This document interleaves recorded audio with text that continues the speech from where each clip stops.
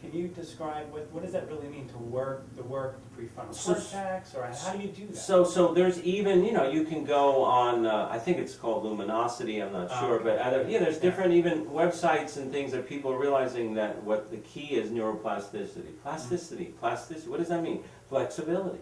The same thing in a body. You want a more flexible body, not a rigid body. What happens with most people as they age, or they stay young, they become rigid, hardened, but we realize, you know, it doesn't have to be that way. Same thing with the brain. Does this process do that though, or is it, can I just not come in and do this work and just do those kind of puzzles or games, and can I work it that way? No, see the puzzles and game are non-somatic based, so you don't get any body stuff. So they're all good, it's all good they're all added stuff. But if you don't have the body, it's like you can't get the joy, you can't get the health, you can't get the physical, you can't get the higher states of consciousness.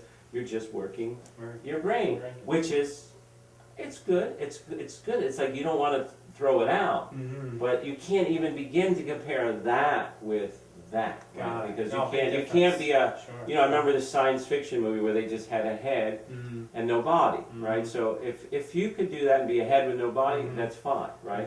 But as long as you have a body, you got to know how to work with, and you want to be in there, because the joy, the higher states, the best experiences when the two of them are reconnected.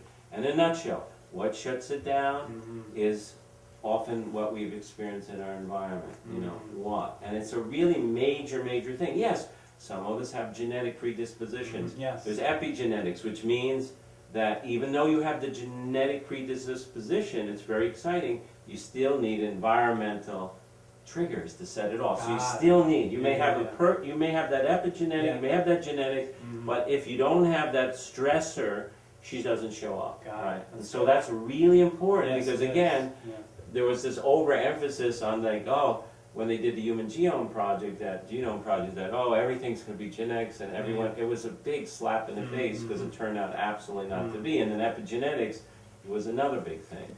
Very good.